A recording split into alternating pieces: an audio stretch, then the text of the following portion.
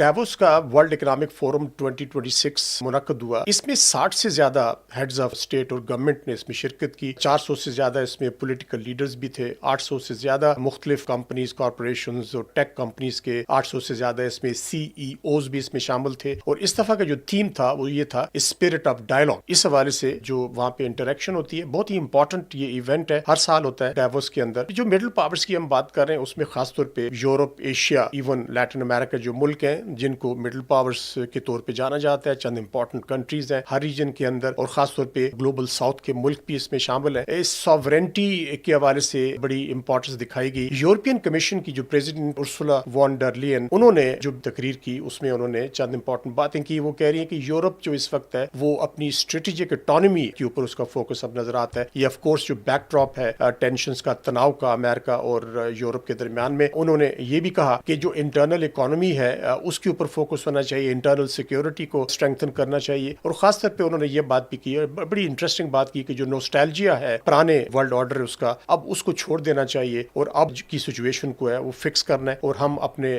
جو انٹرنل اپنی ویکنیسز ہیں ان کو دور کرنا ہے. اس کے ساتھ جو کینیڈا کے پرائم منسٹر مارک کارنی ہے، بڑی وائرل ان کی اسپیچ ہوئی جس میں انہوں نے چند امپورٹنٹ باتیں کی. ان کا جو مڈل پاورز ہیں وہ خاص طور پہ ایک ہو کے ان کو ایکٹ کرنا پڑے گا، کیونکہ اگر وہ ٹیبل کے اوپر نہیں تو مینیو کا حصہ ضرور ہے، یعنی ورلڈ پاورز کو اگنور تو نہیں کیا جا سکتا. مارک کارنی نے فردر یہ کہا، اس وقت یہ بات سوچنا بڑا نائیو ہوگا جو ملٹی لیٹرزم کی بات چل رہی ہے، بلڈنگ کولیشنز ہیں اور کام کرنے ساتھ مل کے، اور بڑے ایکٹیو نظر آتے ہیں. چائنا کا بھی انہوں نے وزٹ کیا، آنے والے دنوں میں باقی ممالک بھی وزٹ کرنا چاہتے ہیں. جو سو کالڈ مڈل پاورز کا جو کانسیپٹ ہے، اس کو خاص طور پہ ڈیفائن کیا گیا 16 سینچری کے اندر پولیٹیکل تھنکر جیوانی بیٹرو نے. انہوں نے یہ کہا تھا کہ سفیشینٹ اسٹرینتھ ہونی چاہیے، اتھارٹی ہونی چاہیے ان ملکوں کے پاس، اور کنٹریبیوٹرز ہونا چاہیے ان کو گلوبل اکانومی کے اندر ریجنل انفلوئنس کے حوالے سے ان کی سگنیفیکنس ہونی چاہیے، اور وہ کولیشنز کو آرگنائز کر سکیں. تو آف کورس اس وقت مڈل پاورز جن میں پاکستان بھی فال کرتا ہے، ان کی جو سگنیفیکنس ہے وہ ڈیووس کے بیک ڈراپ میں بڑھتی نظر آتی ہے، یورپ اور امریکہ کے تناؤ کی کیفیت میں بڑھتی نظر آتی ہے. جو ٹریڈ وار ہے یورپ اور جو اس وقت امریکہ کے درمیان میں اور ایون باقی ملکوں کے درمیان میں بھی،